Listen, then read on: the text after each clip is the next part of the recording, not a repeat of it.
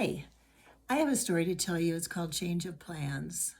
A friend and I were traveling in Scotland on a self guided trip, but we did decide to go with a small group to Inverness overnight. In addition, we decided to keep our rooms in Edinburgh anyway, just to be sure. By the time we got to Inverness, we were both so tired of the tour guide. He just droned on and on endlessly. It was just dreadful, and we knew we couldn't do it another day. We probably do something on our own.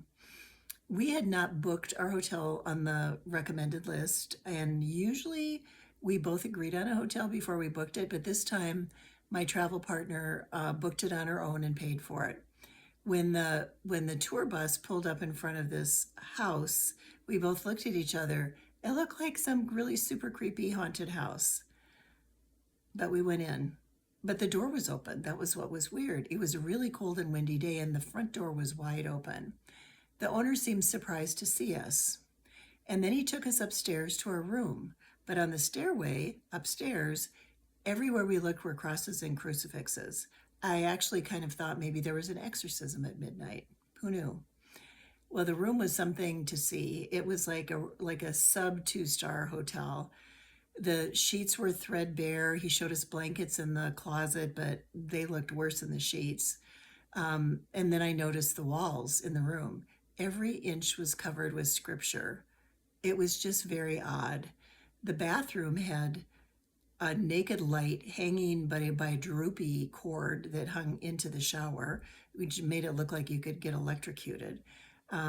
After he left the room, we both started laughing because we knew there was no way we were going to stay there.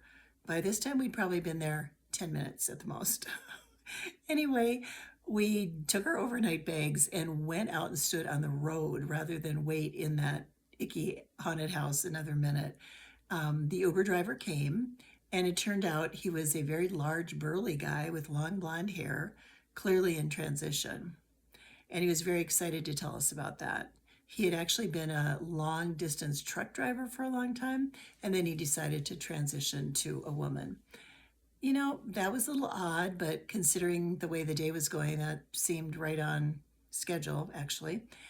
He took us to the train station because we had a year rail pass, so we could leave, and we decided to upgrade to first class. When the train arrived, we got in the first class car, and it was empty. We were the only people in first class. As the train pulled out, a door opened and a young man came in, and he had a tray of drinks and snacks. And then he launched into his patter about everything that was available to us and wondered if we might want a drink. I ordered a gin and tonic, and it came in a can, and also had some snacks. To me, he looked Polish, and I had worked with a lot of Polish software engineers in the past. So I did ask him if he was Polish, and he said yes. And he and his girlfriend were living in Scotland and hoping to stay in the UK. And every time he came back in to check on us, he started the patter again. And if I interrupted him, he had to start over completely every time. It was quite comical, but he was just so cute and so nice. The train ride was really long. It was 4 to 5 hours, and we had endless snacks and endless drinks, but it was really peaceful. We just sat there reading in the dark as the train, slogged on back to Edinburgh. So when we got back to Edinburgh, we took a cab and went back to our hotel. Thankfully, we still had our rooms available. In the morning, the hostess was very surprised to see us because she thought we'd be gone in another day. Anyway, we told us our story, which she found quite entertaining. And actually, it was really a good adventure, and it was just a little bit disappointing, but it was really a lot of fun. The best part of going on a trip, an adventure, is allowing yourself to change the plan, because sometimes the change of plans is better than the original. And that's why I like to create my own adventures. Thanks for listening.